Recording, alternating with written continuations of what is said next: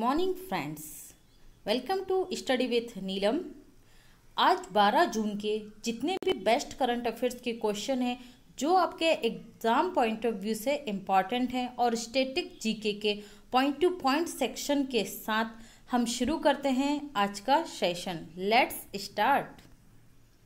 पहला क्वेश्चन है, Google cloud India के नए वरिष्ठ निदेशक के रूप में किन्हें नियुक्त किया गया है? नियुक्त किया गया है अनिल वल्लूरी को। अनिल वल्लूरी को, ठीक है, ये याद रखिएगा। गूगल क्लाउड इंडिया के नए वरिष्ठ निदेशक किन्हें नियुक्त किया गया है?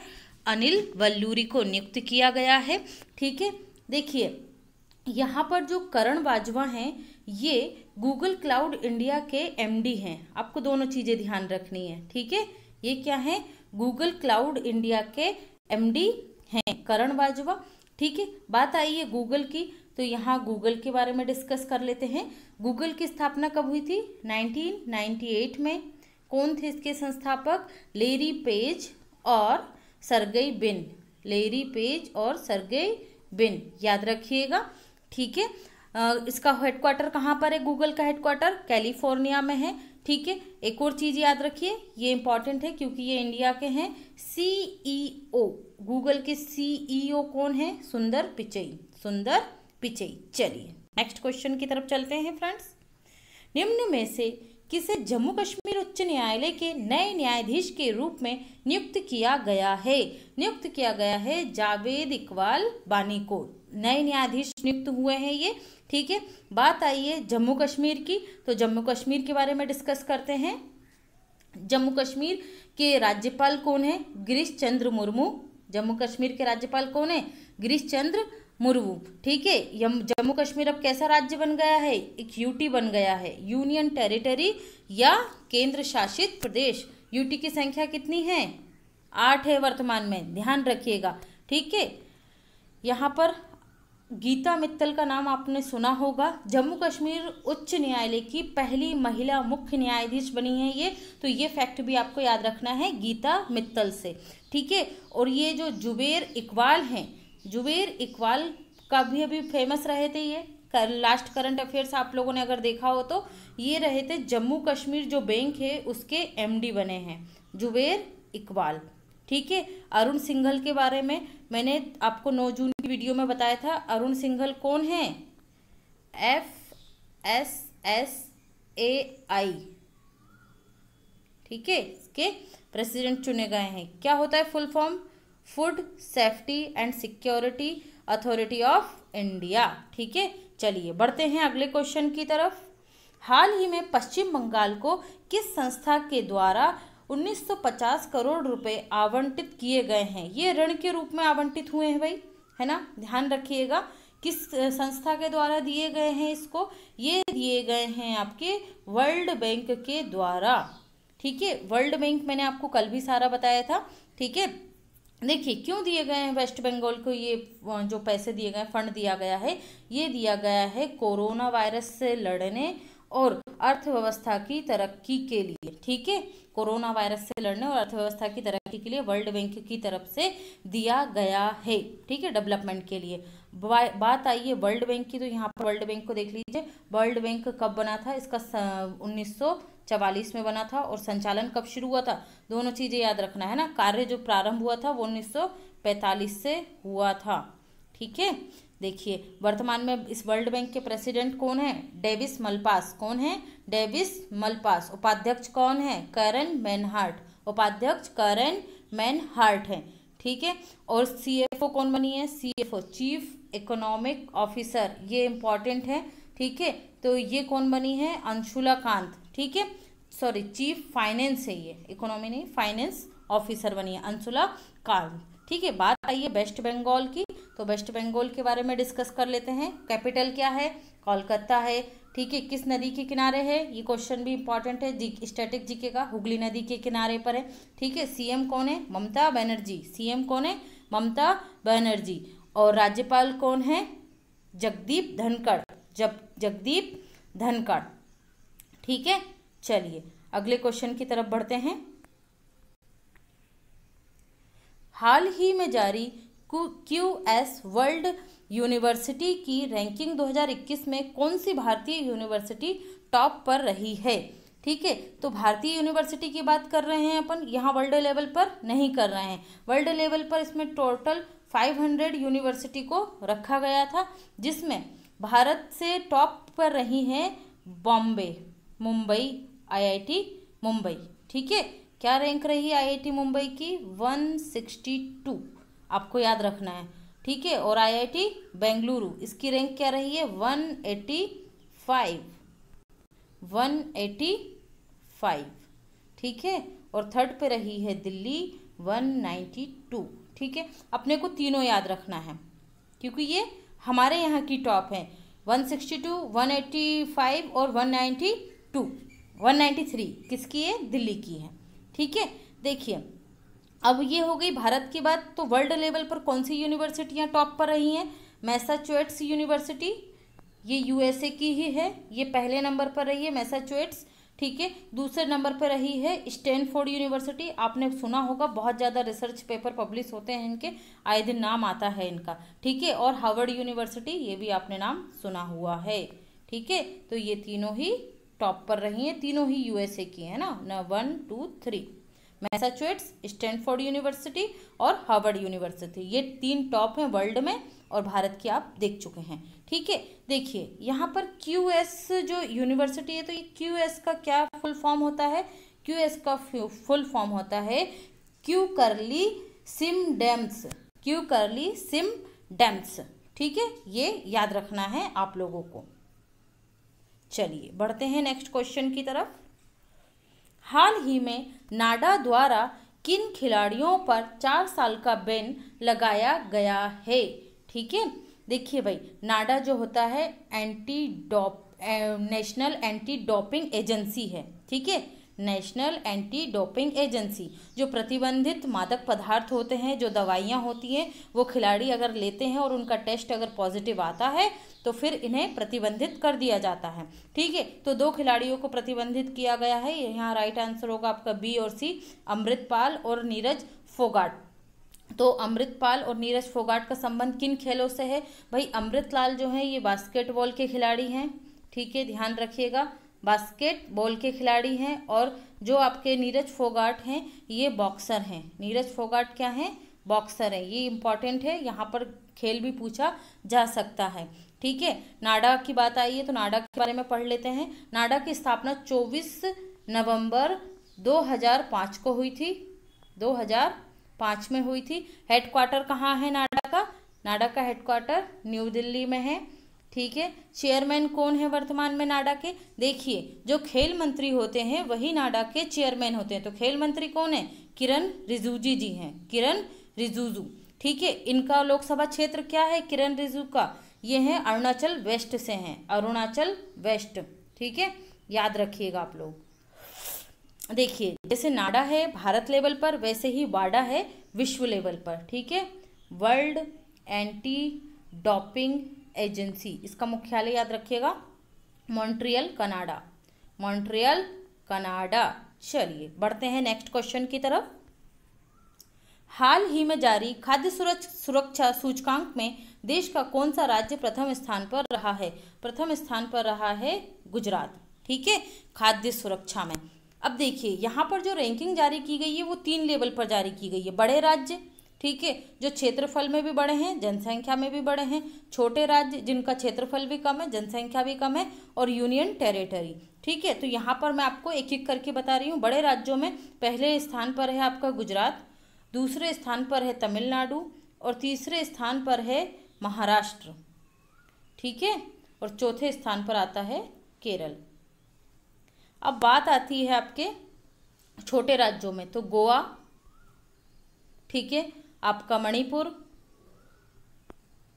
और मेघालय, ये आपको 3 ध्यान रखने, ये छोटे राज्यों में हो गए। यूटी की बात करते हैं। यूटी में है आपका चंडीगढ़, दिल्ली और अंडमान निकोबार। ठीक है, ये आपको ध्यान रखना है। फूड सेफ्टी इंडेक्स FSI, ठीक है, देखिए यहाँ पर एक और चीज़ आपको मैं बताती हूँ, ये राज्यों से रिलेटेड जो इन्फॉर्मेशन है इसके साथ साथ याद करते हुए चलेंगे, कनेक्ट करते हुए, तो दिमाग बार बार उन इन्फॉर्मेशन को क्लिक भी करता है। ठीक है, तो अपने को ऐसे ही पढ़ाई करनी है। देखिए गुजरात जो जल सूचकांक आया था, गुजरात जल सूचकांक में टॉप पर रहा था, नंबर 1 था ये। ठीक है, जल सूचकांक में ध्यान रखिएगा। फिर है आपका महाराष्ट्र। ठीक है, महाराष्ट्र आपने देखा होगा जो सबसे पहले जस्टिस मिलता है जिस राज्य में, ठीक है, जस्टिस इंडिया सूचकांक जो था उसमें महाराष्ट्र ने टॉप किया था आपका। ठीक है, हेल्थ और एजुकेशन इंडेक्स में किसने टॉप किया था? केरल ने टॉप किया था हेल्थ और एजुकेशन इंडेक्स में। ठीक है, और महाराष्ट्र क्या एक और इंडेक्स आया था आपका, agriculture marketing farmer friendly return index. ठीक है, फार्मर फैमिली रिटर्न इंडेक्स। ठीक है, तो इसमें भी महाराष्ट्र ने टॉप किया था। ये सभी इंफॉर्मेशन आप ध्यान में रखिएगा। चलिए बढ़ते हैं नेक्स्ट क्वेश्चन की तरफ। नॉर्थ कोरिया द्वारा किस देश के साथ अपने सभी प्रकार के संपर्क लाइन खत्म कर दिए हैं? कम्युनिकेशन लाइन खत्म कर दी हैं किसने? नॉर्थ कोरिया ने। भाई किम जोंग उनको कौन नहीं जानता। ठीक है, वो अपने अनोखे कामों के लिए ही जाने जाते हैं, तानाशाह हैं तो काम तो ऐसे ही करेंगे। ठीक है, तो किसके साथ कर लिया भाई इन्होंने अपना संबंध? साउथ कोरिया के साथ। ठीक है, इन्हीं के पड़ोसी हैं, इन्हीं से अलग हुए हैं। देखिए अब बात आई है साउथ कोरिया की, तो साउथ कोरिया की कैपिटल क्या है? सियोल है। साउथ कोरिया की कैपिटल सियोल। करेंसी क्या है? South Korean von. South Korean von इनकी मुद्रा है। ठीक है, नेक्स्ट है इनके प्रेसिडेंट कौन है? मून जे इन। मून जे इन इनके प्रेसिडेंट हैं। ठीक है, एक और इम्पॉर्टेंट फैक्ट है जो आपको याद रखना है, 5G सेवा देने वाला। ठीक है, हमारे यहाँ 4G चल रहा है, साउथ अफ्रीका ने 4G सेवा नेटवर्क लॉन्च कर दी और ये विश्व का पहला देश है। ठीक है, ये याद रखिएगा। देखिए यहाँ पर आपका नॉर्थ कोरिया और उत्तर कोरिया के बीच 38 देशांतर रेखा स्थित है। ठीक है, ये भी ध्यान रखिएगा। चलिए बढ़ते हैं नेक्स्ट क्वेश्चन की तरफ। किस राज्य में दुनिया का सबसे बड़ा प्लेटफॉर्म बनाया जा रहा है? ठीक है, तो ये कहाँ बनाया जा रहा है? कर्नाटक राज्य में बनाया जा रहा है। कर्नाटक में कहाँ बनाया जा रहा है? क्या नाम है? हुबली स्टेशन। हुबली। ठीक है भाई, देखिए हुबली कर्नाटक में है, हुगली पश्चिम बंगाल में है, कंफ्यूज मत होना। चलिए नेक्स्ट क्वेश्चन की तरफ बढ़ते हैं।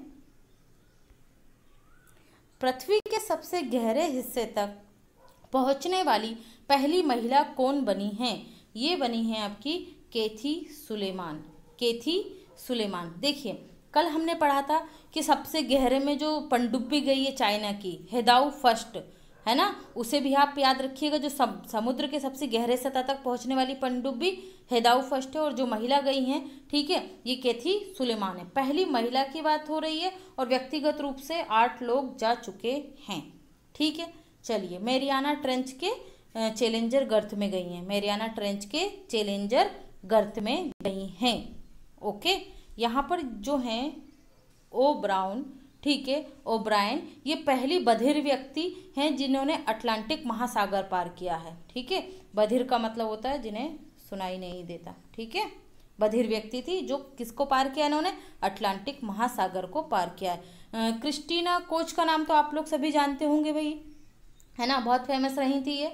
विश्व की पहली महिला हैं जिन्होंने अंतरिक्ष में 328 दिन सबसे लंबे समय तक रही हैं। चलिए ये भी नासा से जुड़ी हुई है, और कैथरीन सुलेमान भी जो अभी जिन्होंने करा है ये भी नासा से जुड़ी हुई हैं। ठीक है, चलिए बढ़ते हैं अगले क्वेश्चन की तरफ।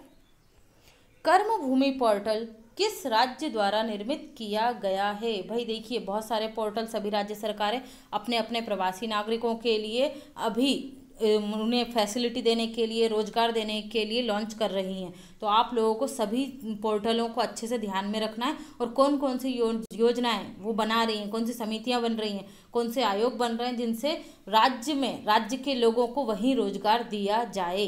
ठीक है। चलिए, तो ये कर्म भूमि पोर्टल किस राज्य द्वारा बनाया गया है? पश्चिम बंगाल सरकार के द्वारा। देखिए इसमें क्या कर रही है पश्चिम बंगाल सरकार, जो आईटी प्रोफेशन होते हैं ना, आईटी प्रोफेशनल जो लोग हैं आईटी सेक्टर के, उन लोगों को क्या करेंगे? जॉब देंगे। ठीक है, सरकार उनके लिए जॉब का इंतजाम करेगी, कंपनियों से जोड़ेगी जो राज्य में ही स्थित है। ठीक है, तो उसके लिए कौन सा पोर्टल स्थापित किया गया है? कर्मभूमि पोर्टल। चलिए, पोर्टल की बात आई है तो मध्य प्रदेश सरकार ने प्रवासियों के लिए क्या करा है? कौन सी लेकर आई है योजना? रोजगार सेतु।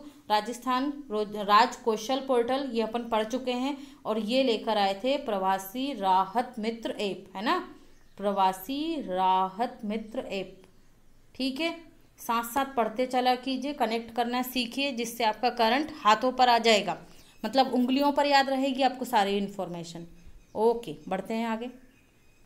अब हमारा सेक्शन शुरू होता है पॉइंट टू पॉइंट। ठीक है, इसमें हम सिर्फ पूरे के पूरे क्वेश्चन पढ़ेंगे और उसका आंसर करेंगे, ये आपको इजी भी लगेगा। चलिए, और रिवीजन भी हो जाएगा आपका। पश्चिम बंगाल के सुंदर वन किस प्रकार के वन है?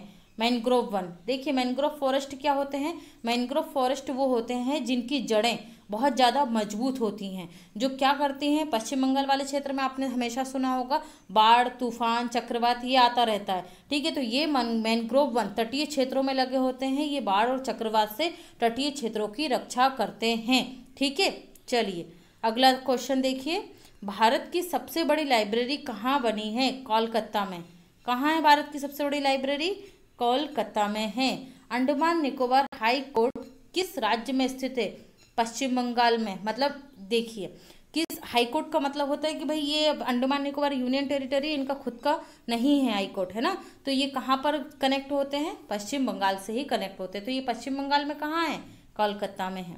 ठीक है, अगला है सॉल्ट लेक स्टेडियम कहाँ पर है? ये मिसप्रिंट हो गया है, कोलकाता में है। ठीक है, salt lake stadium Kolkata. Ganga के जल में सबसे ज्यादा आर्सेनिक केमिकल किस राज्य में पाया जाता है? मतलब गंगा जो बहती हुई आती है तो उत्तर प्रदेश, उत्तराखंड, है ना, पश्चिम बंगाल, किस राज्य में आर्सेनिक की मात्रा ज़्यादा पाई जाती है? तो कहाँ पाई जाती है ये? पश्चिम बंगाल में। नेक्स्ट क्वेश्चन देखते हैं। कृषि मंत्रालय द्वारा 2018-19 में सब्जियों के उत्पादन में कौन सा राज्य प्रथम रहा है? पश्चिम बंगाल। याद रखिएगा, यहाँ बात हो रही है सब्जियों के उत्पादन में प्रथम राज्य की। ठीक है, नेक्स्ट है फलों के उत्पादन में कौन सा राज्य प्रथम रहा है? फलों के उत्पादन में तो आंध्र प्रदेश प्रथम रहा है। ठीक है, हाल ही में किस राज्य सरकार ने ऑनलाइन कक्षाओं पर प्रतिबंध लगाने की घोषणा कर दी है? कर्नाटक ने। क्या हुआ है? 5th क्लास तक के जो बच्चे थे उनकी क्लासों पर रोक लगा दी गई है, क्योंकि वहाँ उनके पेरेंट्स द्वारा शिकायत आ रही थी कि उन्हें बहुत सारी प्रॉब्लम फेस करनी पड़ रही है, इसलिए अभी कर्नाटक सरकार ने 5th क्लास तक के बच्चों की ऑनलाइन क्लासेस बंद कर दी हैं। ठीक है, प्रतिबंध लगा दिया गया। नेक्स्ट देखिए, हिंदुस्तान और एरोनॉटिक लिमिटेड का हेडक्वार्टर किस राज्य में है? कर्नाटक में है, बेंगलुरु में। सिलिकॉन वैली भारत के किस शहर को कहा जाता है? बेंगलुरु को ही कहा जाता है। ऑफिशियल लोगो लॉन्च करने वाला भारत का पहला शहर कौन सा है जिसका खुद का स्वयं का लोगो है? तो ये बना है आपका बेंगलुरु। 2019 में लॉन्च किया था इन्होंने। ठीक है, यहाँ के नगर निगम ने। नेक्स्ट है आईटी कैपिटल ऑफ इंडिया, और आईटी कैपिटल ऑफ इंडिया किसे कहते हैं? और 2019 में सबसे ज़्यादा डिजिटल लेन देन करने वाला शहर कौन सा बना है? बेंगलुरु बना है। डिजिटल लेन देन का मतलब होता है ऑनलाइन प्लेटफॉर्म के माध्यम से ही आप पैसों का आदान प्रदान कर रहे हो शॉपिंग वगैरह करने में। जन सेवक योजना, नमस्ते हैंड ओवर शेक कार्यक्रम और मेघ संदेश ऐप किस राज्य से कनेक्टेड हैं? कर्नाटक से।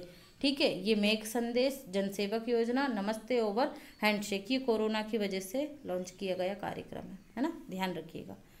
अगला है कि संजीता चानू का संबंध किस खेल से है? वेट लिफ्टर है भैया। इन पर प्रतिबंध लगा था तो इन पर से प्रतिबंध हटा लिया गया। वाडा ने लगाया था, मैं आपको बता चुकी हूँ। वाडा का हेडक्वार्टर कहाँ है? मॉन्ट्रियल, कनाडा में।